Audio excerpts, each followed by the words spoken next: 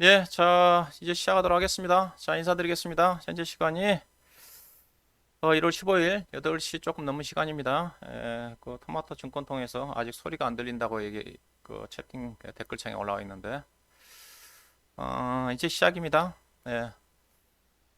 자, 오늘 또 어김없이 일요일 저녁 8시 유튜브 라이브를 통해서 실시간 라이브를 통해서 찾아뵙고 있습니다.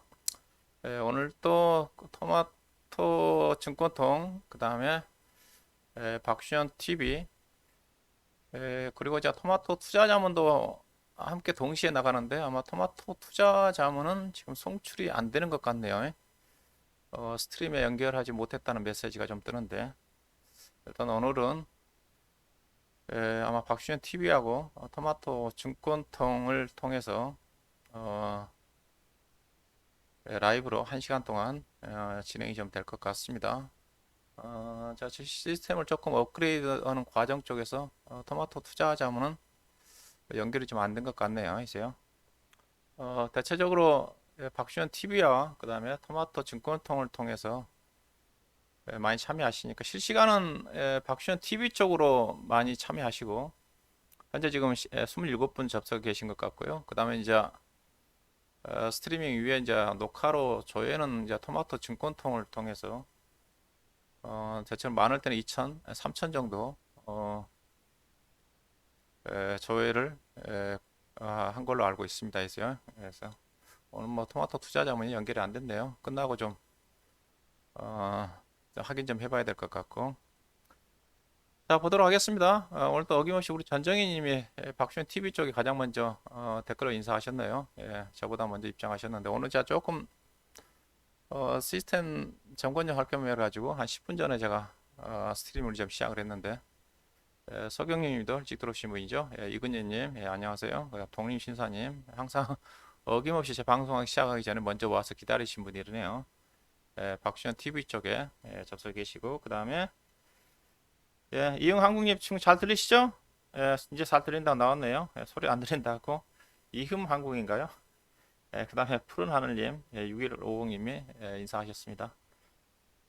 자, 지금 토마토 증권통에 지금 37분 입장하 계시고 지금 한창 입장하 계시는데 그 다음에 박시현 TV 쪽에 31분 입장하 계시네요. 자, 지금부터 해서 1시간 정도 진행을 좀 하도록 하겠습니다. 저는 원래 제가 일요일날 이 시간에는 제가 회원 방송, 자문 방송, 생방송 회원 방송을 하는데, 자, 1월 달부터는 회원 방송을 1시간 반 정도 미뤄서 9시 반에 하고, 어, 어, 라이브 스트리밍 방송을 8시 하는 걸로 좀 바꿨어요. 그래서 저도 이제 끝나고, 9시 끝나고 난 다음에 또 회원 방송을 또 준비를 해야 되기 때문에, 시간 오버해서 할 수가 없어서, 9시를 약간 넘어 9시까지는 끝내는 걸로 하도록 하겠습니다. 예, 안녕하세요. 자, 오늘 주제는 낙폭과대 반등 이후 주도주를 찾아라. 그런 주제를 가지고 좀 말씀 좀 드리고 싶은데요. 예.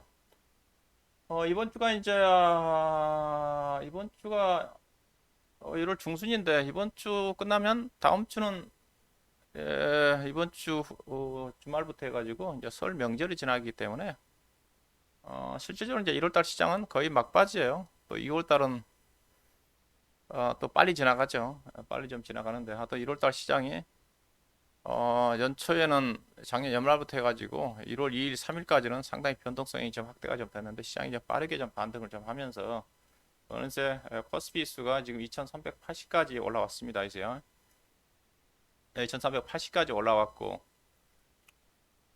코스피 지수가 저점 기준으로 해가지고 이날 1월 3일 날 저점이었다고 그랬으니까 장중에 40포인트 가까이 떨어질 때 이때 기준으로 해가지고 제가 계산해 봤더니 코스피 지수가 저점에서 9.4%, 그 다음에 코스닥 시장은 저점에서 7%대 좀 반등이 좀 나오면서 에, 본격적인 상승인지 모르겠지만 제가 이제 시장을 얘기를 할 때 바닥은 찍었다고 그랬고 제가 지난주 제가 수요일 날 방송을 통해서는 어, 수요일 날 방송을 통해서는 일단은 수요일 날 방송을 통해서는 제가 여러분한테 에, 지난주 일요일 날은 제가 외국인이 기한이 좀 되면서 본격적인 투자 심리 회복 구간에 진입을 하면서 종합주가 지수 반등권에 진입했다고 그랬고, 그다음 지난주 수요일 날은 제가 지수 어디까지 반등할까 그 주제를 가지고 제가 지난주 수요일 날 5시에 찾아뵀던 것 같은데, 제가 이제 지수 반등 목표치는 2,500포인트 정도 언제리라고 그랬어요. 언제까지? 1분기에 1분기 말까지, 1분기 말까지. 그 정도까지는 상승 흐름이 좀 전개될 것 같아. 저점에서 이제 종합주가 지수로 따지면 거의 이제 200포인트 반등을 했잖아요. 2180을 기준으로 해가지고. 그러면 2500까지 간다 그러면 이제 120포인트 남았습니다. 지금부터는 이제 시장이 올라간다 한다 하더라도 이제 반등 탄력은 떨어질 거예요. 당연히 떨어질 거고요. 완만한 지수 반등이라고 그랬으니까. 지금부터는 이제 보시면 매물층이 지금 이제 2380포인트 대부터 매물층입니다. 여기 다 가깝게 본다면 이게 2380이 거래량이 많이 집중이 좀 돼 있잖아요. 그리고 이제 작년 현재 코스피스가 반등을 좀 하면서 코스닥과 코스닥 시장이 작년 12월 달 중순 정도까지 반등이 나왔어요. 코스피도 매물 저항선이고 코스닥 시장도 작년 12월 14일 날 720포인트 언저리 정도에서 주가가 660까지 좀 떨어졌는데 저점에서 한 7% 정도 반등이 좀 나오면서 본격적인 매물층에 진입을 한 것 같습니다. 진입한 것 같은데 현 시점에서 이제 추가적인 상승에 대한 매력은 뭔지, 그다음 만약에 이제 추가적으로 이제 올라가기 위해서는 낙폭과대가 어느 정도 진행이 좀 됐기 때문에 시장의 상승이 어느 정도 좀 주도주가 좀 나와야 될 겁니다.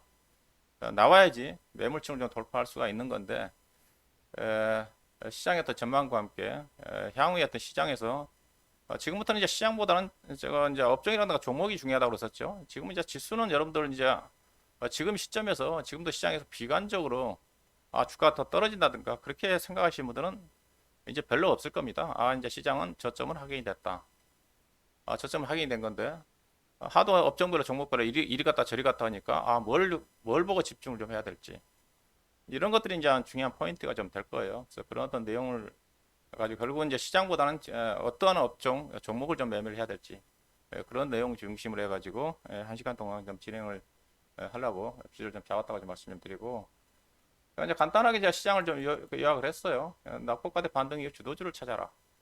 연초 이후 글로벌 증시, 특히 유럽 증시 주도로 빠르게 반등입니다. 그래서 제가 지금 시장을 볼 때 미국 증시가 별로 지금은 제가 중요하지 않다는 걸 계속 얘기를 하고 있죠. 올해는 미국을 보는 게 아니라고 했습니다. 그냥 미국은 후발이에요. 작년도는 미국이 시장을 이끌었기 때문에 미국이 꺾이면서 전반적으로 다 꺾였던 건데 올해 시장은 유럽이다 그렇습니다. 저는 이제 올해 시장 자체가 어떻게 보면 중국이 더 빠르게 가지 않겠나 했었는데 중국이 지금 제로 코로나 정책을 추진하면서 지금 약간 후유증이 있기 때문에 지금 뒤처지고 있는 쪽인데 지금 유럽 증시를 좀 보시면 어떤 상황인지 보실까 합니다. 이걸 보시면 아직도 시장에서 비관적으로 보신 분들은 제가 지난 시간에 그런 얘기 했었죠. 비관론자는 시장을 떠나라. 제가 그 주제를 좀 잡으려다가 제가 앞서 바닥은 좀 확인했다 하는 측면을 어디까지 상승할까 그 주제를 잡았다고 말씀드렸는데 지금 시장 유럽 증시가 이래요, 여러분요. 유럽의 대표적인 지수는 유럽의 대표적인 나라가 독일 닥스 지수겠지만은 유럽의 국가들을 대표하는 50 종목을 지수화해 놓은 게 유럽스타 50 지수잖아요. 이거 보시면 유럽 증시가 많이 떴습니다. 차트를 보시게 되게 되면 작년 고점이 유럽 증시 최근 역사적 고점이 4,400이잖아요. 4,400입니다. 4,400에 쌍봉 그리고 난 다음에 3,200까지 떨어졌는데 3,200까지 떨어졌다가 지금 여기까지 올라왔습니다. 그러니까 뭐 고점 대비해서 10% 떨어진 거잖아요. 고점 대비해서 이게 신고가 근처에서 10% 떨어진 거예요.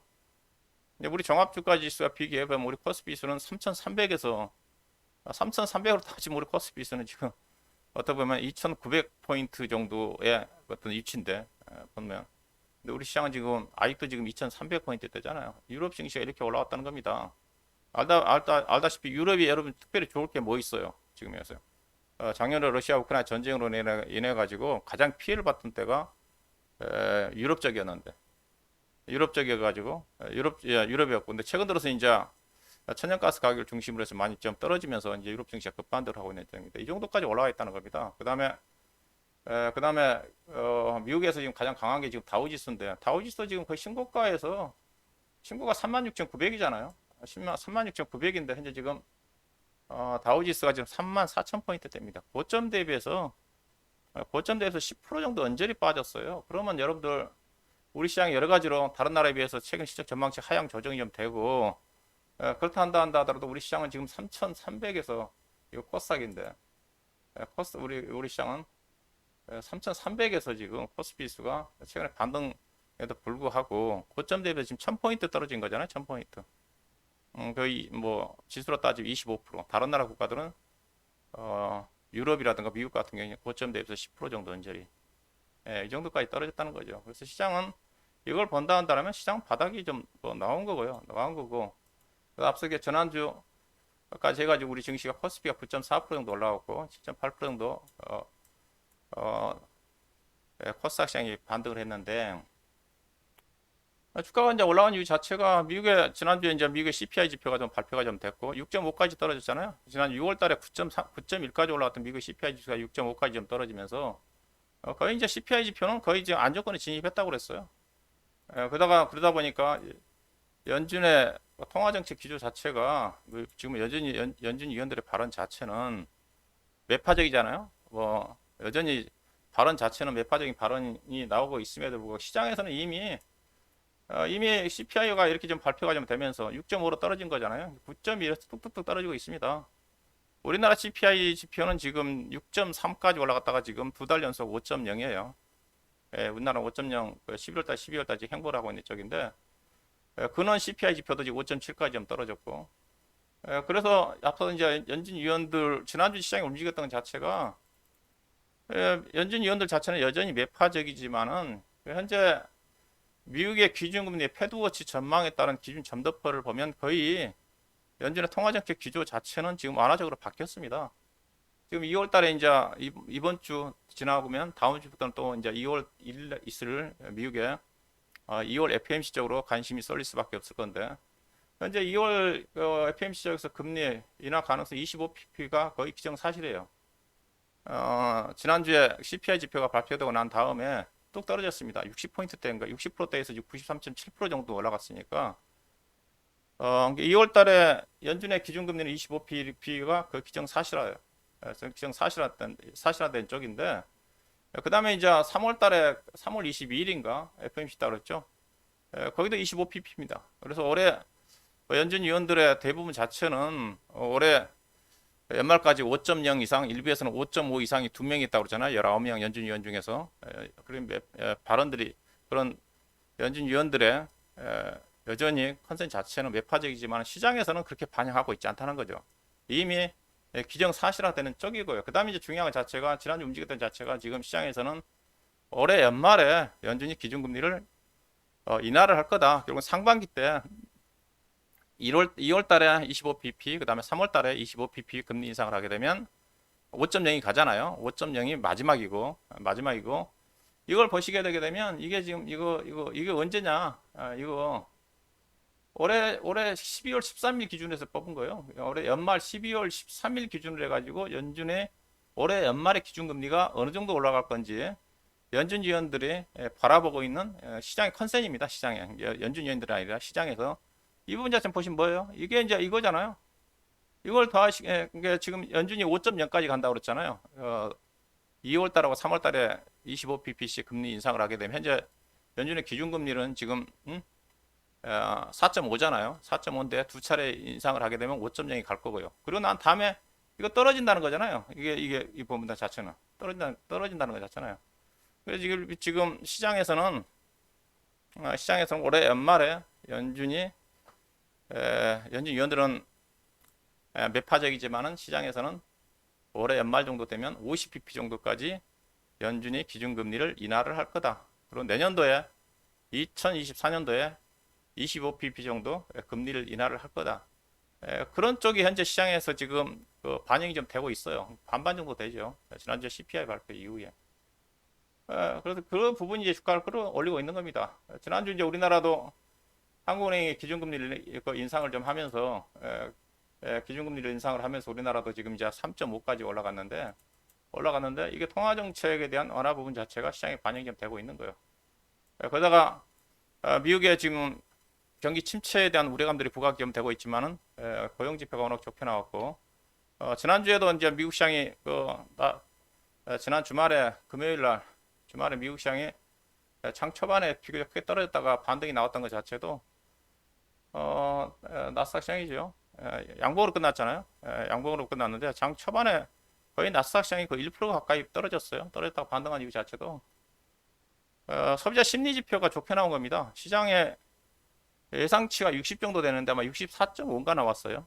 미국은 소비로 먹고 사는 나라이기 때문에 소비가 중요한데 과거로 따지면 소비 심리가 좋게 나오면 인플레이션에 대한 우려감 때문에 연준의 통화정책 기조가 더 매파적으로 바뀔 거라는 것 때문에 악재로 작용했는데 지금은 이제 경제 지표가 중요하다고 그랬잖아요. 그래서 지난주 일부 기업들 은행주 중심으로 해서 실적에 대한 충당금 설정 때문에 은행주가 급락을 했다가 소비자 심리 지표가 좋게 나오니까 그런 것들이 이제 시장에 긍정적으로 반영이 되면서 미국 시장이 상승으로 끝났던 거거든요. 경제 지표는 좋다는 겁니다. 결국 경제 지표가 나쁘지가 않는다. 일부에서 예상하고 있던 경기 침체에 대한 우려감 자체는 제한적이다. 이제 그런 쪽에서 보시면 되겠죠. 그래서 이제 지금 이제 달러 약세가 지금 계속이죠. 지금 달러가 지금 어떻게까지 떨어졌냐?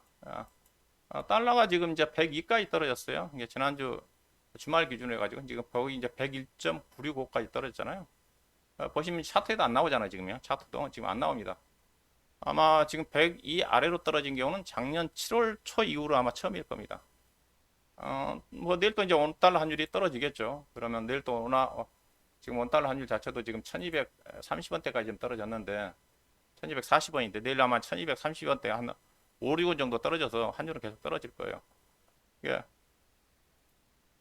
미국의 이제 완화적인 통화 정책 기대감 자체가 지금 달러에 지금 계속 반영이 좀 되고 있는 거죠. 그러다 보니까 미국의 10년 만기 국채 수익률도 지금 지난주 금요일 날은 약간 좀 반등이 나왔지만 지금 3.4 정도까지 좀 떨어졌어요. 그 다음에 현재 2년물 국채 수익률은 지금 3.4 정도에서 유지가 좀 되고 있는데 아직 저점은 깨지는 않았죠. 꽤 근처까지 내려왔다가 잠깐 좀 반등이 좀 나고 있는 쪽인데 즉 이런 것들이 현재 시장에서 반영이 좀 되고 있다는 거예요. 우리나라는 어떠냐? 우리나라는 지난주 이제 금요일 날 한국은행에서 금리 인상을 하면서 지금 3.5까지 올라갔지 않습니까? 3.5까지 올라갔는데 일부에서는 한 차례 정도 많으면 한 차례 정도 금리를 25pb 정도 더 인상을 할 거란 전망도 있어요. 그래서 3.75 정도까지 미국은 이제 5.0까지 가니까 5.0까지 가니까 우리나라는 미국과의 어떤 금리 차를 고려해가지고 한 차례 정도 금리를 더 인상을 해가지고 3.75 정도가 정점일 거다. 근데 이제 문제는 앞서 얘기했다시피 우리나라는 이미 금리는 올라가고 있지만은 현재 시장에서 반영되고 있는 실제 금리 자체는 떨어지고 있다는 거죠. 현재 제가 계속 얘기하고 있지만 회사채 A등급이 보시면 4.6까지 떨어졌습니다. 4.6. 5.7이 작년도 11월 달에 A등급 기준에 가지고 5.7까지 올라갔던 A등급 회사채 수익률이 지금 4.6까지 한 두 달 되네요. 거의 두 달 만에 지금 100bp 정도 떨어졌다는 겁니다. 한국은행은 금리를 인상을 하고 있는데 시장 실세 금리는 떨어지고 있다. 이제 그런 부분이죠. 미국도 지금 마찬가지라고 금리는 올라오고 있죠. 이 말은 금리 인상이 거의 막바지에 도달했다. 미국도 그렇고 우리나라도 막바지에 도달했다. 그런 의미죠. 그리고 지난주에 이제 금리를 인상했지만은 금융감독원에서 은행들에 대한 대출 금리 이를 인상하는 것 자체를 지금 억제하는 쪽이잖아요. 그러다 보니까 지난 주간 단위로 막 여러분 신문 기사 검색해 보면 주택담보대출 금리도 떨어지다. 0.3% 정도, 즉 담보대출 금리도 하향이 좀 조정이 좀 되고 있다. 이미 시장 자체는 금리는 미국이라든가 우리나라는 금리 인상 기조가 좀 더 한 차례 정도 전개될 가능성이 있지만 이미 시장에서는 금리가 정점을 통과했다. 이런 의미죠. 그러면 시장은 어떻게 되겠어요? 이제 금융 완화 쪽으로 점차적으로 바뀔 수 있는 어떤 부분들이기 때문에 이제 주가의 선행성을 감안하면 이런 것들이 주가에 다 이제 반영이 됐다고 좀 보시면 되겠죠. 그래서 지난주까지 이런 흐름들이 전개되고 있는 겁니다. 그러면서 이제 외국인들의 매수가 아마 지난 주간 단위로 해가지고 지난주까지 해가지고 거의 외국인들에서 올해 들어서 거의 3조 원 정도까지 매수를 하고 있는 쪽이고, 지난주 금요일도 외국인 투자가들이 장 초반에는 약했는데 5천억 가까운 매수가 이입이 좀 됐어요. 요즘 외국인 투자가들이 과거는 따르지만 거의 선물 가지고 장난을 쳤는데 요즘 선물은 거의 중립입니다. 선물은 중립인데 현물에서 지금 계속 사고 있거든요. 지금 보시다시피 여기 현물이죠. 현물을 보니까 이제 올해 들어서 1월 10일 날만 약간 소폭 매도한 이후에 계속 매수고, 대신 이제 선물은 단기 매매 성향이 강하다고 그랬으니까 연초 이후에 간망이에요. 간망입니다. 그래서 현물이 좀 들어오고 있다는 자체는 외국인 투자가들이 두 가지 부분이라고 그랬었죠. 일단 환율이 좀 떨어지니까 한 차익을 노리면서 비차익 중심의 매수가 들어온 부분도 있고, 그리고 여러 가지 이제 금융 완화 시그널과 함께 경기가 더 이상 침체될 것 같지는 않고, 생각보다. 그러니까 그동안 이제 주가가 더 이상 떨어질 것 같지 않으니까, 특히 뭐 최근 들어서 삼성전자라든가 LG전자라든가 LG 에너지 솔루션 중심으로 해서 실적이 어닝 쇼크가 발표되겠음에도 불구하고 관련 종목들 주가가 안 떨어지고 오히려 올라가니까, 이제 공매도 쳤던 세력들 자체가 급해지죠. 그런 것들이 이제 공매도 한매가 들어오면서 그 영향도 상당히 큽니다. 이게 이제 주가를 끌어올리는 요인이죠. 그러니까 주가는 바닥 찍은 거예요. 실적이 안 좋게 나왔음에도 불구하고 주가가 좀 올라갔기 때문에. 그러니까 시장은 제가 바닥 확인이 됐다고 그랬어요. 점진적인 우상향으로서 이 기조는 유지가 되면 될 겁니다. 근데 이제 공매도 성격의 쇼크버링이 들어가면서 낙폭과대 종목 중심으로 빠르게 좀 반등이 좀 되면서 대체적으로 낙폭과대 종목 중심에 제가 보기에는 반등은 어느 정도 마무리가 됐어요. 지난주 시장 흐름을 보시면 아실 겁니다.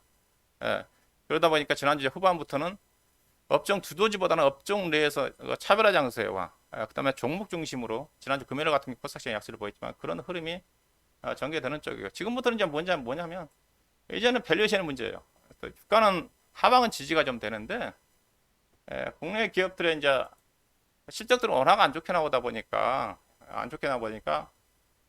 밸류에이션이 너무 높습니다. 높은 수준이기 때문에 추가적으로 지금 올라가기에는 조금 이제 부담을 느낄 수 있는 그런 부분들이 있어요. 결국 이제 2,400포인트를 내일 뭐 돌파하기는 좀 쉽지 않아 보이는데, 뭐 이제 저항을 좀 받겠죠. 2,880인데 그렇지만 전반적으로 올라갈 겁니다. 결국 2,400포인트 돌파하고 2,460, 2,500포인트를 돌파하기 위해서는 전체 시장으로 본다 한다면 펀드멘탈 개선 요인이 좀 나타나야 될 것 같고, 그 다음에 주도주가 좀 나타나야 되겠죠. 그래서 지금부터는 낙폭 과대보다는 실적 호전 종목들 중심에 차별화 장세가 전개되는 흐름으로 전개될 가능성이 커요. 제가 오늘 간단하게 그래 요약을 좀 말씀 좀 드리고 있는 쪽인데, 일단은 이제 중요한 것 자체가 앞서 이제 이런 것들이 이게 시장으로 본다 누가 어떻게 보든 간에 바닥은 나온 거죠. 이것만 하나만 본다 한다 하더라도 삼성전자나 LG전자 솔루션 실적이 쇼크가 나왔음에도 불구하고 이번 주 이제 본격적으로 국내 기업들 실적이 좀 발표가 좀 될 건데 이 실적이 안 좋게 나와도 주가가 좀 안 떨어지는 거니까 빠지지 않는다는 거잖아요. 가장 이제 경기가 안 좋은 국면 쪽에서 걱정되는 것 자체가 실적인데, 근데 문제는 이제 우리나라는 그렇게 반영이 된 것 같아요. 제가 보기에는 국내 기업들 실적이 지금 대표적으로 삼성전자, LG전자 관련 종목들 실적에서 나타났듯이. 근데 이제 미국은 어떻게 반영을 하느냐? 미국은 이제 변동성이 나옵니다. 이번 주 같은 경우 이제 미국이 내일은 휴장이죠. 미국에 마틴 루터 킹 데이인가요? 아니죠. 하여튼 네, 휴장이요. 마틴 루터 킹 데이인가? 내일 휴장입니다. 휴장인데 이번 주에 뭐 별다른 내용 없어요. 이제 그 실적 시즌이기 때문에 미국의 기업들 지난주부터 은행주 실적 발표가 좀 진행이 좀 되는데 아마 실적들이 좀 중요하게 작용할 겁니다. 실적들이 좀 중요하게 좀 작용을 할 건데, 근데 미국의 기업들은 실적 시즌에 어떠냐 지금? 이게 우리나라하고 미국의 기업들이 많이 차이 납니다. 현재 지금 S&P 기업 기준으로 해가지고 실적 시즌에 미국의 기업들의 지금 실적 전망치가 전분기 대비해서 4% 정도, 3.6에 4% 정도 실적이 하향할 거란 전망이에요. 하향할 거란 게 3%, 4%면 거의 양호하거든요. 양호한 쪽인데 S&P 기업 기준으로 해가지고 양호한데, 근데 우리나라 기업들은 지금 어떠냐? 현재 전망치로 따지면 작년 대비해서 지금 거의 한 30% 정도 실적이 하향할 거란 전망입니다. 실적이 하향할 거죠. 폭이 상당히 크죠. 근데 우리 시장 앞서 얘기했다시피 우리나라 성격 왜 안 빠지느냐? 가치주의 상황이기 때문에 쉽게 안 빠진다고 그랬어요. 근데 미국은 이제 나스닥 시장을 중심으로 성장주 같은 경우 적이 안 좋게 나와도 변동성이 나오거든요. 그래서 미국 시장의 실적 시즌에 전망치 자체가 제가 보기 그 정도면 마틴 루터 킹데이 맞죠? 고맙습니다. 우리 사이버 멍크님이 올리셨네요. 내일 맞죠? 16일 날 올해가 시장입니다. 그래서 미국의 기업들은 그렇게 실적에 대한 우려감이 있지만 양호해요. 현재 전망치 때 우리나라는 한 30%대 감소인데 우리나라 전통적으로 4분기 때 실적이 안 좋거든요. 안 좋은데 우리나라는 영향을 안 받을 것 같아요. 미국 시장이 이제 이번 주부터 지난주 실적 시즌이 전개되는데 어떻게 전개될지 지난주에 미국의 은행주들이 실적이 일부 이제 뚜껑을 열면서 장 초반에 상당히 변동성이 컸죠. 2% 3% 정도 좀 떨어졌다가 반등한 걸로 알고 있는데 은행주 같은 경우 이제 경기가 안 좋아지니까 기업들의 이제 부실채권이 늘어날 것 때문에 일부 이제 은행주들이 미국의 은행주들이 대손 충당금을 많이 설정을 했다고 그러잖아요. 그래서 예상치보다 안 좋게 나오다가 앞서 소비자 심리 지표가 좋게 나오니까 약해 나오니까 경기가 계속 안 좋아지면 대손 충당금이 늘어나면서 은행주의 실적이 부정적으로 영향을 받겠지만은 경제 지표 ISM 미국의 소비자 심리 지표가 좋게 나오니까 충당금 설정이 그렇게 많지 않을 거다. 그런 부분들이 이제 반등으로 전개됐다고 좀 봐요. 이제 국내 시장은 이제 실적들이 이제 이번 주부터 전개가 좀 되는데 이번 주도 별 일정은 없습니다. 이번 주 보니까 현대건설 정도만 실적인데 제가 실적은 다 점검해 들었었죠. 국내 기업들 실적들 경기 관련 종목들 중심으로 해가지고 업종 대표주 종목들 실적이 상당히 쇼크다. 특히 지난주에 이제 포스코가 주가가 많이 떴는데 포스코 같은 경우도 상당히 실적이 일부에서 비관적으로 전망이 나오고 있음에도 주가가 올라가니까 국내 기업들은 영향 없어요. 다만 이제 미국 시장이 이제 그런 더 변동성에 따라서 국내 시장에 어떤 영향을 좀 미칠지. 근데 국내 시장은 앞서 얘기했다시피 먼저 발표된 기업들이 실적이 워낙 쇼크가 나왔음에도 불구하고 주가가 안 빠졌기 때문에 영향 없어요. 다만 이제 미국 시장이 부정적으로 반응을 하면 이제 국내 시장도 그 영향을 좀 받을 수가 있는데 앞서 이제 제가 우리나라 기업들 실적이라고 그랬었죠. 업종 대표적 종목들 현재 발표된 종목은 이제 삼성전자, LG전자, LG에너지 솔루션 정도인데 대표적으로 전망치가 상당히 변동성이 크다고 그랬잖아요. 그래서요. 포스코 같은 경우가 지난주 주가 떴지만 그게 영향 없다는 거예요. 제가 주가 실적이 안 좋게 나와도 주가는 안 떨어질 거라고 했잖아요. 다만 올라가는 데는 한계가 있다. 대표적으로 이제 IT가 삼성이나 SK 하이닉스가 이제 실적 발표 이게 주가가 좀 많이 올랐잖아요. SK 하이닉스 실적 발표 안 했는데 삼성전자가 여기서부터 이제 밸류에이션의 문제예요. 악재는 반영이 됐지만은 결국은 우리나라 시장 자체는 자산 가치가 워낙 싸기 때문에 하방이 상당히 탄탄한데 위로 올라가기 위해서는 성장성이 없다고 그랬잖아요. 대표적으로 이제 삼성전자 같은 경우 실적이 지금 뭐 올해 전망치 자체가 뚝 떨어진다고 그랬잖아요. 그러면 주가가 이제 올라간다 한다면 하방은 지지가 되는데 올라간 데는 우리 시장 자체 성장성 지표가 좋아야 올라가는데 실적이 작년 대비 역성장이니까 이제는 주가가 올라가기 좀 쉽지 않죠. 탄력이 떨어집니다. 여기서부터는 밸류에이션 문제예요.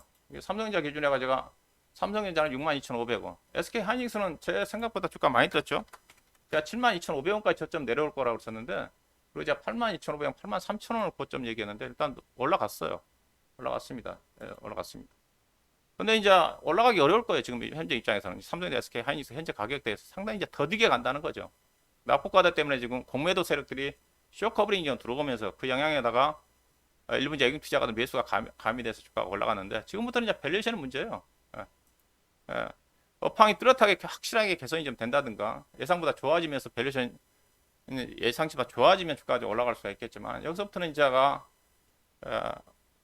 밸류에이션에 대한 부담을 좀 느낄 수밖에 없기 때문에 이런 유형에 있는 종목들 먼저 움직였으니까 SK 하이닉스 2024년도에 지금 PR이 13배 되는 주식이니까 이제 그런 부분들을 이제 고려해야 되죠. 그래서 지금 시점에서는 삼성전자도 추가적으로 올라가기는 어려울 겁니다. 그러니까 제가 삼성전자는 62,500원 정도 언저리 정도 저점일 거고 현재부터는 이제 삼성전자는 종합주가지수와 비슷하게 간다든가 이제 그런 흐름으로 전개될 가능성이 크죠. 그러니까 다른 종목들도 마찬가지죠. 먼저 이제 IT가 먼저 좀 찍고 올라왔으니까 다른 종목들 다른 시적으로 따지면 자동차가 괜찮다고 그랬었는데 근데 자동차는 지난 주말에 미국 시장에서 크게 떨어졌죠.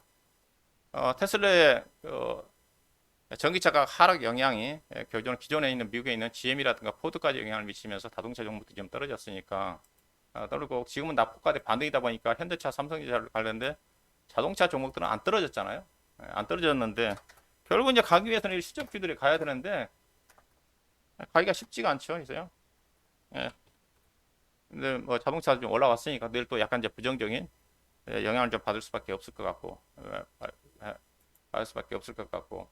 그다음에 이제 이거예요. 지금 앞서 이제 우리 시장 자체가 이제 올해 이제 지금 지난 주말 기준에서 우리나라 코스피에서 시가총액이 지금 1,870조 원입니다. 1,870조 원인데 올해 이제 12개월 지금 PER이 지금 11.7배 7배 정도 나오거든요. 11.7배라는 자체는 계산해 보면 나오겠죠. 현재 종합 1,870조 원을 아마 단기 순이익이 PER 11.7배라는 것 자체는 추정을 해보면 올해 단기 순이익이 160조 원 넘게 나와야 되거든요. 160조 원이면 PER이 지금 11.7배 정도 좀 되는데, 근데 제가 160조 원도 상당히 좀 부담스러워요. 작년도에 4분기 실적이 발표가 되지는 않았지만은 작년도에 150조 원이 못 넘어가거든요. 158조 원대에서 계속 하향 조정이 좀 됐으니까 지금 뭐 이제 밸류로 따지면 거의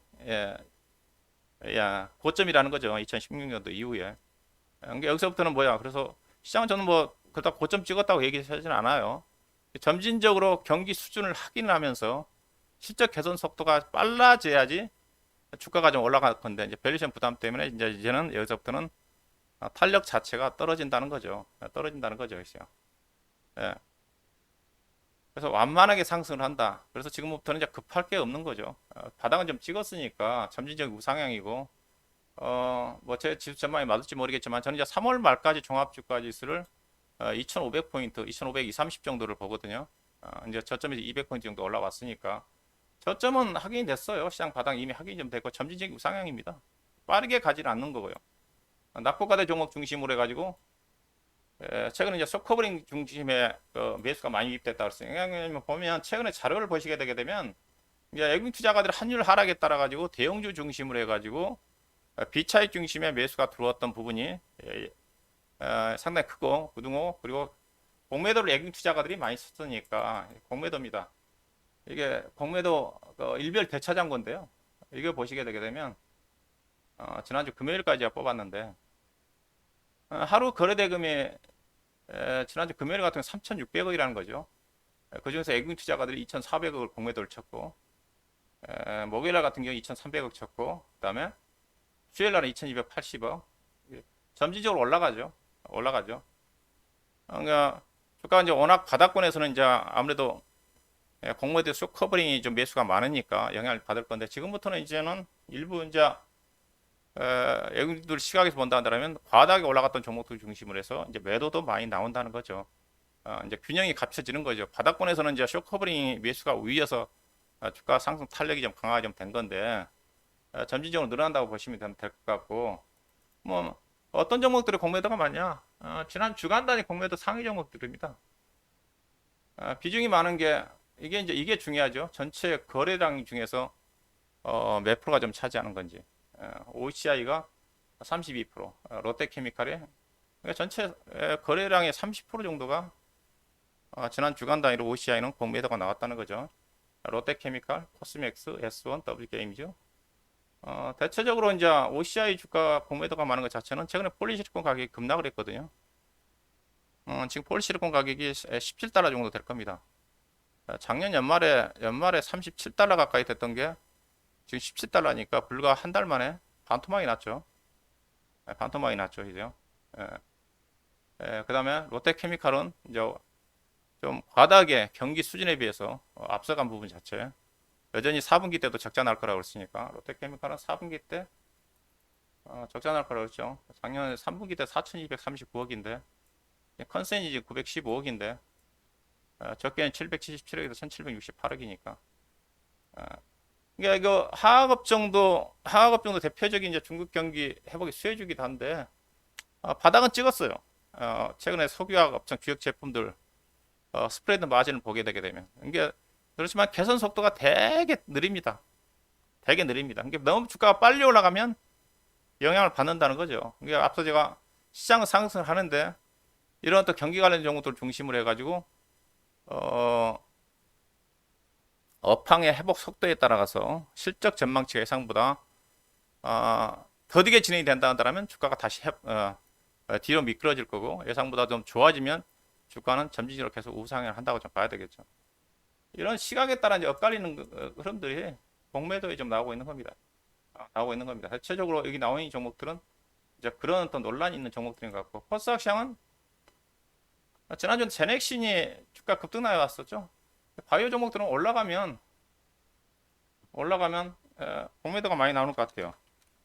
제넥신이 지난주 변동이 상당히 심했습니다. 올라가니까 이제 이게 주식이 거의 뭐 주식이 14만 원짜리 주식이 14,000원까지 10분의 1 토막이 났다가 지난주 이제 급등하니까 공매도 물량들이 나오고 있는 쪽이니까 올라가면 공매도 물량들이 좀 출회가 된다는 쪽이죠. 또는 쪽입니다. 그다음에 이제 일별로 보게 되면 호텔 신라 지난주 이제 앞서 제가 보여드렸던 것 자체는 지난 주간 단위였던 거고, 일별로 보게 되게 되면 지난주 금요일 같은 경우 코스피 시장에서 공매도가 가장 많은 게 호텔 신라 같은 경우는 무려 전체 공매도 비중이 40%라는 거죠.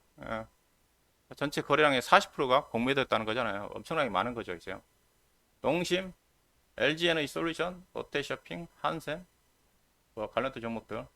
대체로 여기 나왔던 종목들이요. 나왔던 종목들이 계속 주간 단위로 계속 나왔던 종목들입니다. 나왔던 종목들입니다. 나왔던 종목들 중심으로 해서 이제 공매도가 좀 출회가 좀 되고 있으니까. 그래서 시장은 지금부터는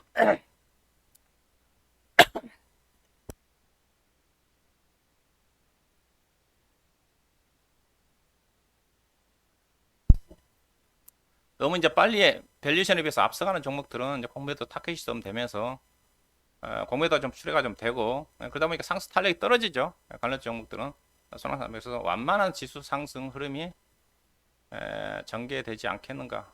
일단 좀 그런 쪽에서 시장을 좀 보셔야 될 거예요. 그래서 시장은 꾸준하게 완만하게 상승하니까 지금은 전체적으로 본다 한다면 주식 비중 제가 계속 얘기를 하고 있죠. 1주, 2주 전부터. 지금은 주식 비중 늘려야 됩니다. 주가는 이제 안 떨어져요. 상저하고 장사라고 했습니다. 상반기 때 저점이고 하반기로 갈수록 강세고, 저는 1월 달에 무조건 저점이 나왔다고 보고 있는 쪽이고, 개인적으로 이제 3월 달까지는 완만한 상승이고, 3월 달 중순 하순 정도 가게 되게 되면 1분기 실적이 발표되고 난 다음에 어느 정도 이제 작년도 금리 인상 영향이 작년 4분기부터 진행이 좀 되고 있으니까 그 영향이 1분기 때까지 영향을 많이 미칠 겁니다. 1분기 때 어떠한 영향을 미칠지.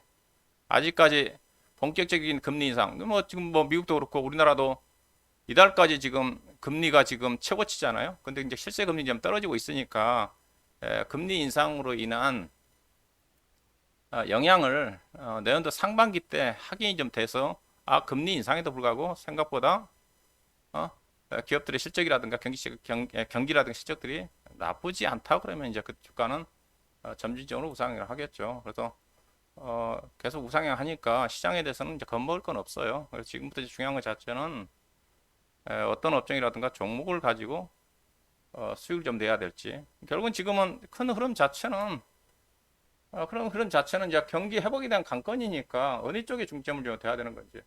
일단 딱 포인트가 좀 나와 있는 것 같습니다. 지난주 목요일 날 이후에 주가를 보게 된다면 큰 흐름 자체는 경기예요. 경기입니다. 경기의 이제 가량 부분 자체는 이거죠. 관심 업종을 본다는데 지난주 움직였던 자체가 미국의 이제 물가 지표가 좀 안정을 좀 찾으면서 연준의 이제 기준금리 인상 부분 자체가 거의 막바지에 왔다는 것 때문에 지금 달러가 약세니까 대표적으로 보면 이걸 보면 알 수가 있죠. 현재 구리 가격이 대표적인 경기 관련 쪽의 종목들에 대한 방향을 나타낸다고 그랬잖아요. 현재 구리 가격이 보시게 되게 되면 원자재 가격이 이게 이제 움직인다는 것 자체는 경기 회복 자체가 가장 포인트예요. 경기가 생각보다 침체가 되지 않을 거다. 이거 뭐 보시면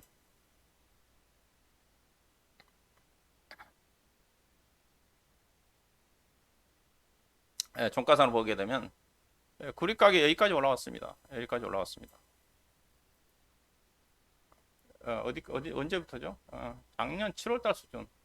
이게 제가 조금 전에 제가 달러 인덱스가 작년 7월 수준까지 떨어졌다고 그랬잖아요. 거의 비슷합니다.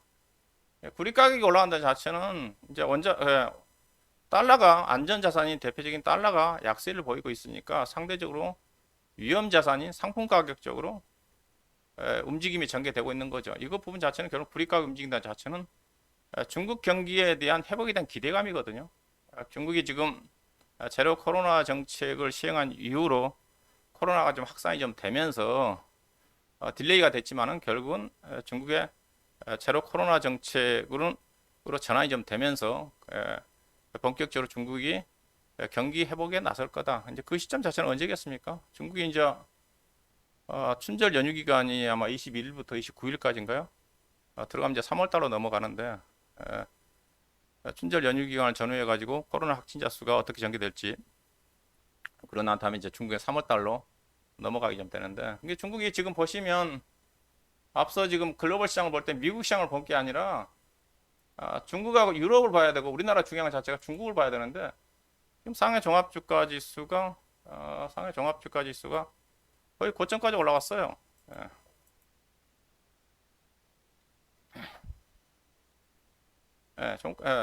상해 종합주가 지수가 많이 올라왔습니다. 상해 종합주가 지수가 3,200까지 올라왔으니까 이때 고점을 올라왔어요. 작년 12월 달에 했어요. 12월 달까지 올라왔어요. 이제요.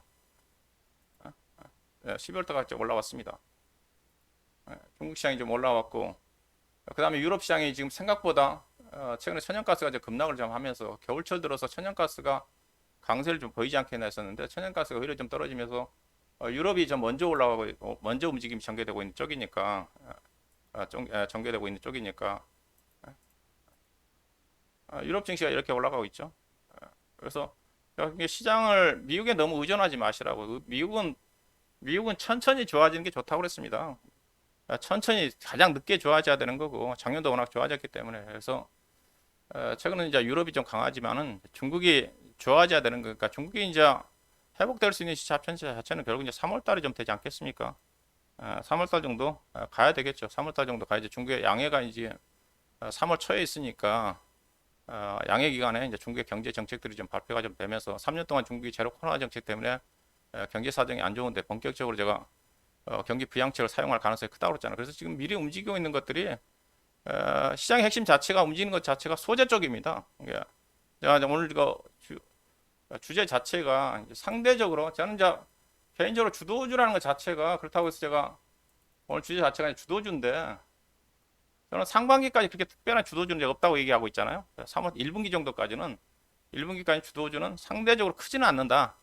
결국 이제 1분기가 지나고 난 다음에 1분기 실적이 좀 발표가 좀 되고 그 다음에 이제 앞서 얘기했다시피 고금리로 인한 영향 자체가 제한적이고 생각보다 경기가 나빠지지 않고 경기가 좋아진다 한다면 거기에서 이제 상대적으로 먼저 업황이 좋아지는 업종이라든가 종목들이 주도를 하겠죠. 주도를 할 건데 현재로 봐서는 가장 유리한 쪽이 어디예요?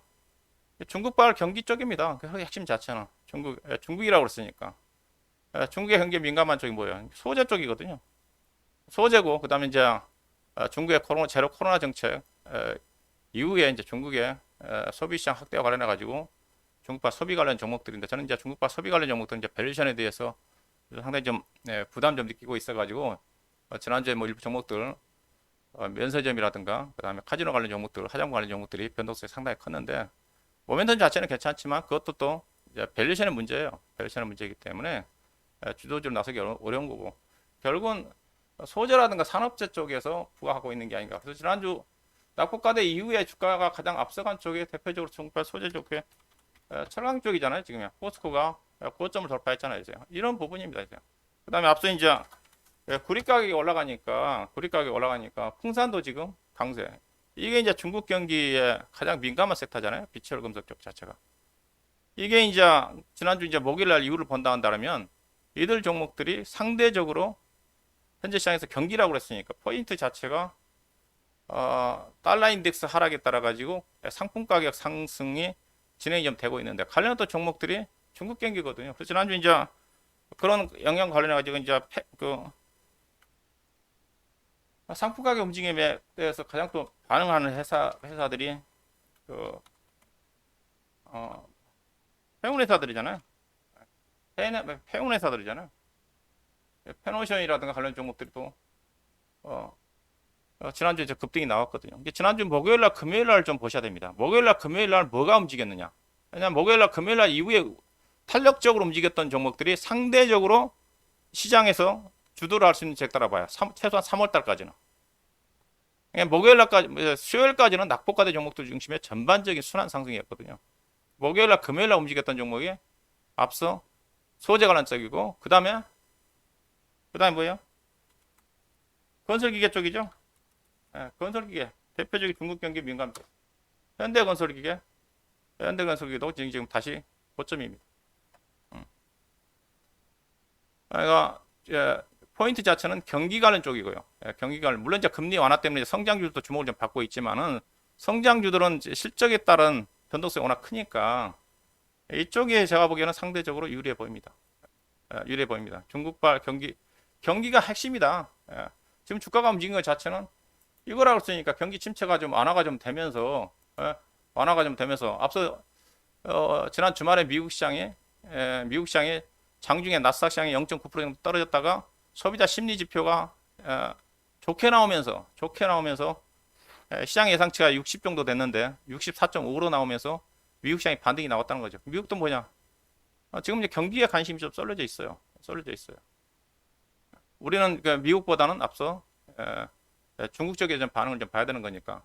그래서 최근에 이제 움직였던 것들이 그런 쪽인 것 같습니다. 앞서 이제 포스코가 이제 실적이 안 좋음에도 불구하고 주가가 올라간 자체는 이제 포스코는 알다시피 뭐 업황을 좀 떠나서 주가 자체가 워낙 싸니까 주당 BPS가 54만 원 정도 되나요? 54만 원이 아니라 67만 원이야. 67만 원짜리 주식이니까. 이게 어떤 매력이 있는 거죠. 그러니까 절대 상승 여력은 뭐가 있겠느냐? 예컨대 삼성전자를 예를 든다면 삼성전자, SK 하이닉스 반도체는 올해 적자, 내년도 예상치보다 PER 13배. 근데 앞서 포스코는 PER이 6배. 물론 글로벌 철강 회사들의 PER이 다 낮아요. 업종별로 비교한다. 미국이라든가 관련된 종목들 비하면 낮습니다. 근데 상승 여력을 본다 한다면 워낙 싸죠. 싸니까 어디까지 갈 수 있는 거예요. 갈 수 있는 거예요. 그 다음에 제가 이제 얘기하고 있는 쪽이 뭐예요? 그 다음에 앞서 이제 중국의 경기에 가장 민감한 쪽이 철강이고요. 그 다음에 제가 이제 계속 얘기하고 있는 거, 앞서 이제 현대건설기계와 관련된 쪽에 건설기계 쪽이죠. 건설기계 쪽이 지난 시간에 제가 얘기했잖아요. 지금 미국 시장에서 가장 강한 업종으로 본다 한다면 미국의 건설기계 쪽이라고 그렇습니다. 캐터필러, 웰스파고네. 지난 주말에 미국 시장 앞서 은행주의 대표적인 웰스파고가 우리가 5% 떨어졌어요. 5% 떨어졌다가 종가가 플러스 3% 끝났으니까 엄청 변동성이 컸죠. 앞서 은행주들이 실적이 경기가 안 좋아지니까 대손 충당금을 많이 설정을 했다는 거잖아요. 미국의 기업들 실적이 은행주들이. 그러면서 경기 침체 영향 때문에 은행주들 실적이 안 좋구나 했다가 소비자 심리 지표가 좋게 나오니까 충당금 설정 자체는 그렇게 앞으로 크지 않을 거라는 것 때문에 급반등이 나왔던 거예요. 이게 그만큼 변동성이 크다는 건데 미국 시장에서 가장 큰 게 지금 캐터필러 주가라고 그랬잖아요. 건설기계 글로벌 시장의 1위 회사 캐터필러가 지금 신고가입니다. 신고가입니다. 그 다음에 태양광 쪽에 제가 퍼스트 솔라를 얘기했던 거예요.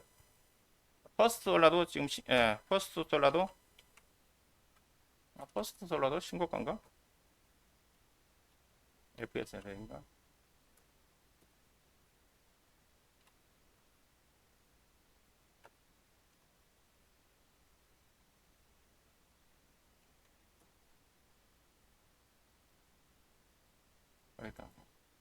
그렇죠. 퍼스트 솔라도 신고가죠, 있어요. 퍼스트 솔라 신고가인데, 근데 OCI는 공매도가 많은 것 자체는 OCI는 폴리실리콘 가격이 급락했기 때문에 OCI는 피해주지만은 현대에너지 솔루션은 수혜주라고 했잖아요. 그래서 현대에너지 솔루션은 주가가 지난주에 거의 장중에 20% 정도 넘게 상승을 했다가 상승했다 밀렸는데,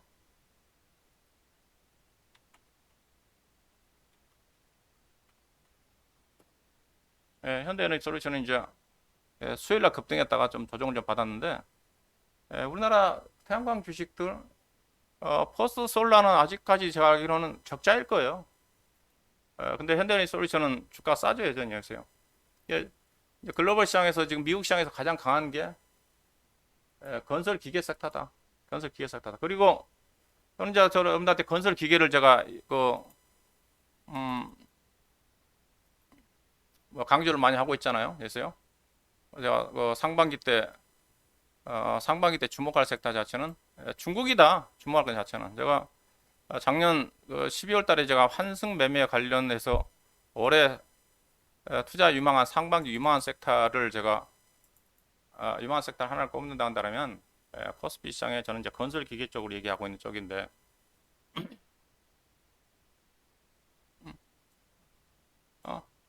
제가 이거 그렇죠. 이거 작년 12월 8일인가 마지막 방송에 제가 온 건데 방송 온거 자료인데 중국 경기다. 올해 그 상반기 때 최소한 집중해야 되는 자체. 중국 경기가 민감한 섹터다. 앞서 얘기한 미국보다 중국 시장에 관심이다. 미국은 업종으로 본다 한다면 미국 시장이다. 미국 시장이다. 중국 시장이다.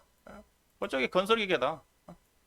중국은 건설기계가 작년도 본다 한다면 안 좋았지만은 작년도에 북미라든가 신흥국을 중심으로 가지고 워낙 건설기계 시장이 좋아가지고 3분기부터 실적이 증가세로 전환이 돼가지고 올해도 무조건 증가되는데 증가될 수밖에 없는 게 지금 이제 실적 장세 전개되는 쪽이니까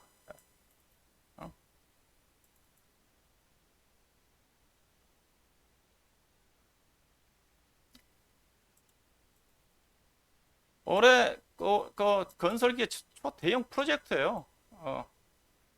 미국은 작년도 이제 인플레이션 감축법이 좀 통과가 좀 되면서 지금부터 해가 2030년도까지 대규모 투자가 진행이 좀 될 거고, 그 다음에 뭐 사우디아라비아 레옴시티 관련 프로젝트가 있고, 인도가 엄청나게 투자를 합니다. 뭐 경단이 투자를 합니다. 최근에 아시아 개발은행 쪽에서 원조까지 좀 받으면서 1600조 원 투자한다는 거죠. 인도 정부의 발표치에 따르면 아마 2050년도까지일 거예요. 그 다음에 우크라이나 재건 사업도 이슈가 있는 거고, 인도네시아도 수도 이전한다 그러니까. 그래서 캐터필러가 지난주에 투자 등급도 상향 조정이 좀 되면서 상승을 한 겁니다. 그래서 낙폭과대 반등 이후에 작년도에 건설기계 종목들이 강했다가 낙폭과대 종목들이 반등이 나올 때 현대건설기계라든가 현대부산인프라코라든가 종목들이 못 갔던 건데 관련 종목들이 현대부산인프라코 앞서 이제 현대건설기계 같은 경우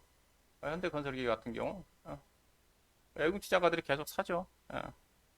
그래서 지난주 목요일날 금요일날 움직였던 섹터들이 상대적으로 뭐 유리하게 좀 전개될 수 있는 중국 대표적인 쪽이니까 경기 관련 섹터 쪽에 그쪽에 좀 관심을 좀 가져볼 필요가 있다. 건설기계 시장 자체는 앞서 얘기했다시피 작년 3분기부터 좋아지고 있어요. 작년 3분기부터. 그래서 3분기부터 주가가 좀 많이 떠서 그래서 연초에는 낙폭과대 종목들이 움직이다 보니까 주목을 못 받았던 건데 근데 이제 알다시피 이제 굴삭기 같은 경우 중국 시장이 가장 중요한데 이제 중국 시장도 이제 3월달 이후에 경기 부양책을 사용한다면 작년에 이제 중국만 안 좋았지 다 좋았습니다. 근데 중국이 좋아지면 다른 나라는 좋아지니까 더 좋아질 수밖에 없는 거죠. 관련 또 종목들 시적이 최대치라고 그랬고 건설 기계 쪽이 철강주와 함께 그래도 경기 관련 섹터에 관심을 가져볼 수 있는 뭐 상대적으로 부각할 수 있는 그런 업종이 좀 되지 않겠는가.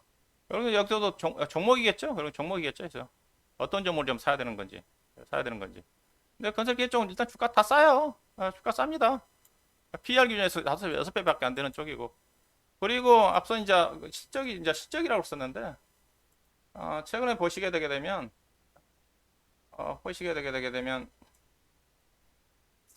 실적 전망치가 나와 있습니다. 이게 올해 이제 지금부터 이제 실적이 중요하다고 그랬으니까 2023년도 영업이익 전망이 나와 있잖아요. 앞서 이제 대부분 경기 민감 업종들이 실적이 계속 하향 조정이라고 했습니다. 이게 이제 보시면 이게 이걸 봐야 되겠죠. 이게 지난달 기준으로 해가지고 그 다음에 지난달 기준에 해서 3개월 정도 전후 등락인데 보시면 전망치가 올라간 쪽이 여기 뭐예요? 기계주죠. 기계가 가장 높습니다. 가장 그 다음에 적자가 계속 늘어나고 있는 쪽은 반도체 계속 늘어나고 있는 거죠. 지금 늘어나고요. 근데 더 늘어나고 있어서 뭐 악재는 좀 반영이 좀 됐지만 계속 실적 하향 조정되고 있는 쪽은 반도체 쪽이에요. 반도체 쪽이고 상향 조정된 섹터가 기계, 그 다음에 여기 보험, 그 다음에 상사 자본재, 그 다음에 이제 에너지, 나머지 쪽은 계속 실적 하향 조정이니까 그리고 이제 실적주 중심으로 움직인 장세 쪽에서는 상대적으로 이쪽이 뭐 유리하지 않겠는가. 그래서 지금부터는 낙폭 과대 종목들 찾기보다는 이제는 실적이 좀 대비를 좀 해서 실적 차별 장세에 좀 대비해서 거기에 좀 집중을 할 필요가 있지 않겠는가. 관심 섹터 자체는 그쪽에 즉 중국과 관련된 중국 경기 부양책과 관련된 쪽의 중심인데 경기 민감주 쪽에서는 철강주 중심의 소재와 화학주도 나쁘지는 않습니다. 근데 화학주는 제가 보기에는 대한유라든 관련 종목들, 롯데케미칼 종목들은 여전히 실적이 좀 안 좋으니까 철강주보다 아니 화학주보다는 철강주가 유리할 것 같고 그래서 지금 동국제강 같은 게 주가가 많이 떴어요, 여러분요. 제가 업종 중에서 철강주제에서는 제가 동국제강을 얘기했잖아요.